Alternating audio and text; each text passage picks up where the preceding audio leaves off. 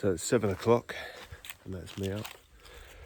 After a pretty cold night.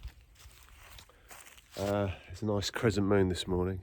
But the doorstep mile is a lot harder and a lot less birding gets done like really early. I mean, the sun's been up a good, 45 minutes to an hour now. There's a pine warbler calling there.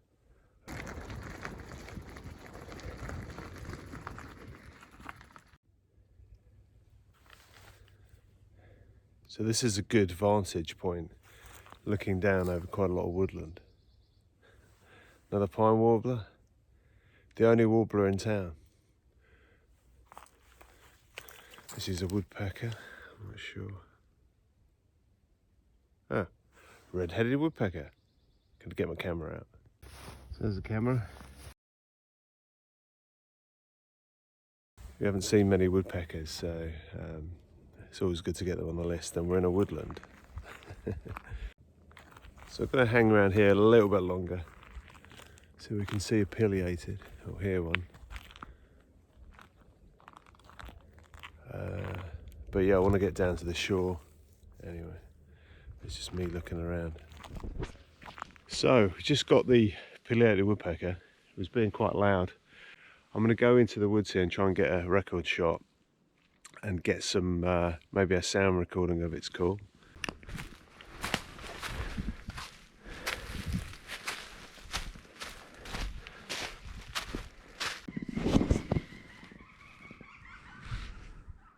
There you go, pileated woodpecker. There's two of them in the woods here. Gonna try and get a record shot.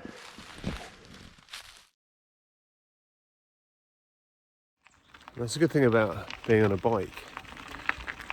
You can just creep along the road. You haven't got a motor or an engine running, and you can still hear stuff.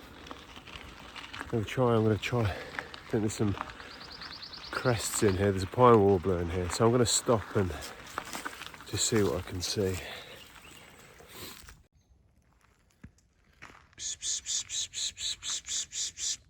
So it's a pretty sunny corner, or a pretty sunny terrace, I should say. It's quite big, and all the birds are here because it's sunny. I mean, they're like us. They're like warming up in the morning. So, especially on cold mornings, go for those sunny spots always, and you'll find the birds. Some Canada geese. They're already on the list. Don't have to mark them down again.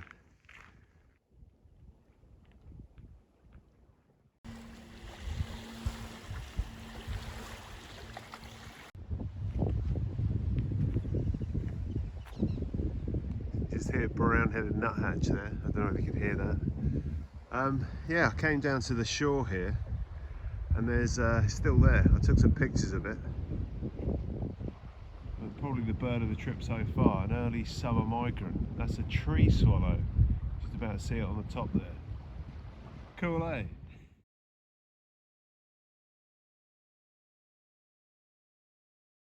Yeah, gonna head back now and try and get back to Hillsborough at a reasonable time. I'm gonna stop off at the Hoare River.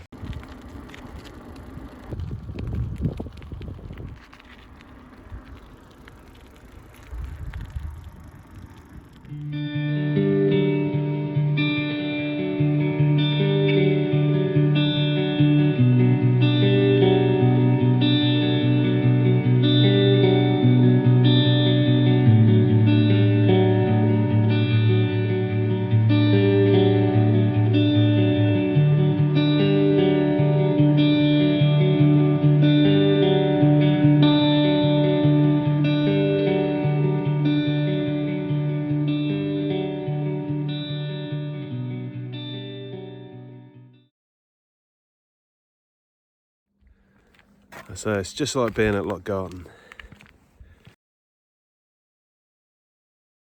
I was hoping for osprey, so they're fresh in from probably wintering along the coast. So we are picking up some spring summer birds.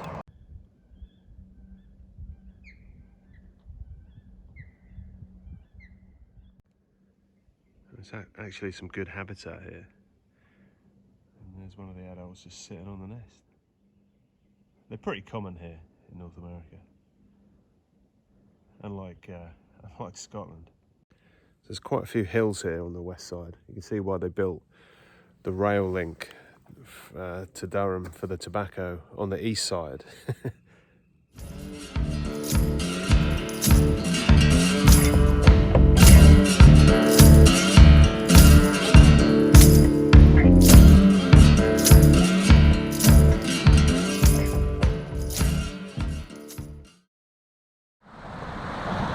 In the summer months, you can see the nests under there. There's cliff swallows and barn swallows here, but there's no early ones. But we've done quite well with early summer migrants. Got an osprey and a tree swallow, so pretty good.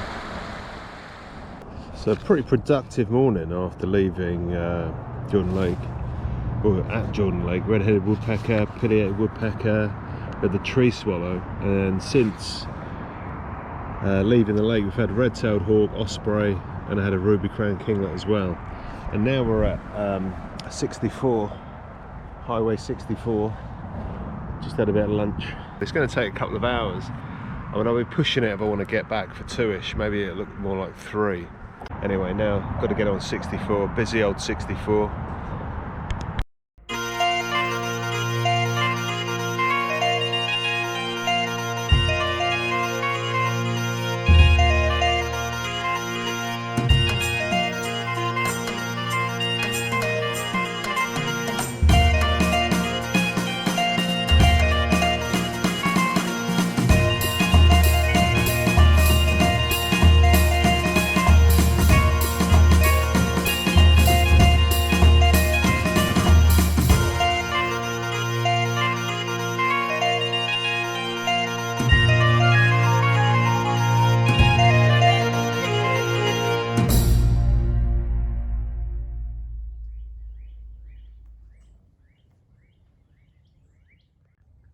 So I've just got back into Hillsborough about 20 minutes ago, and pre-arranged to come and see some birds, some wintering birds that are in the area at people's feeders, or you know, they're hanging around people's gardens for the last couple of months. So I'm here in this private garden where they've been having Baltimore Oriole. I just had a female, so you know, quids in.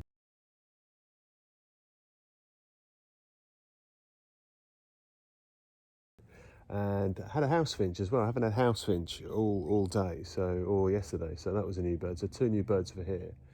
So I had cedar waxwing coming through Chapel Hill. I still need brown thrasher as well. Yeah, going to look around West Hillsborough for evening grosbeak, and there's a painted bunting that still might be about as well. And there's normally raven as well, common raven. So hopefully we'll pick up. I still need American goldfinch. So that's the plan anyway. So I'm back in town. Hello, Roo.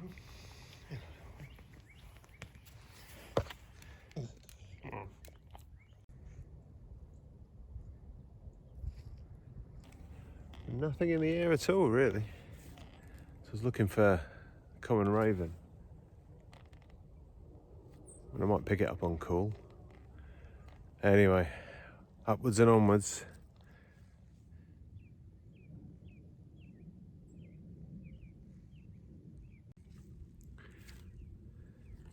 So no sign of the evening grosbeaks. A beautiful sunset.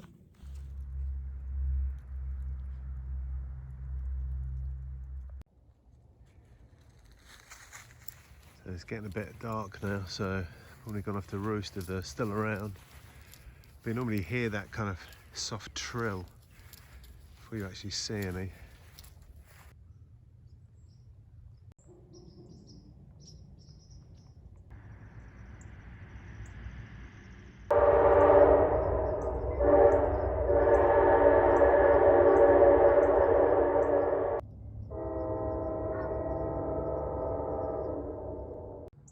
So no raven, no grosbeaks. I'm just thinking about food. Pretty chilly. It's getting pretty chilly. I feel like lucky that I'm not actually going to be sleeping out tonight. So I've got a chance of a thrasher, I suppose. But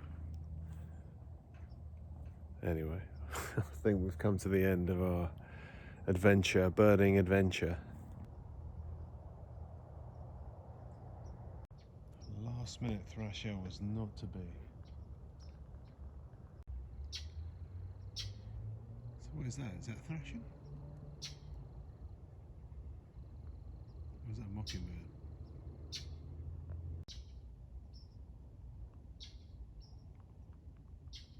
There you go, sun's going down, 6:30. All right, time to get home.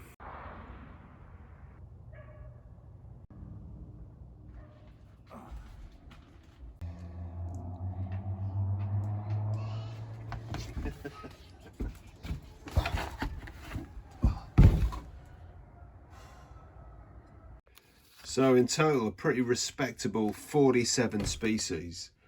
Got the Baltimore Oriole and House Finch in Hillsborough. Didn't get back till about 4:20, which was a shame. You know, ran out of steam a little bit.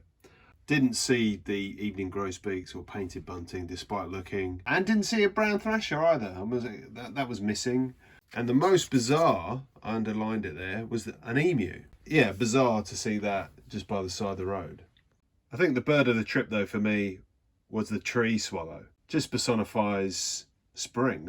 You know, we were heading north at the same time, so it was a kindred spirit. Thanks for watching. I hope you've enjoyed this bike packing, bird packing challenge of 109 miles, door-to-door adventure, from the door adventure with your bike.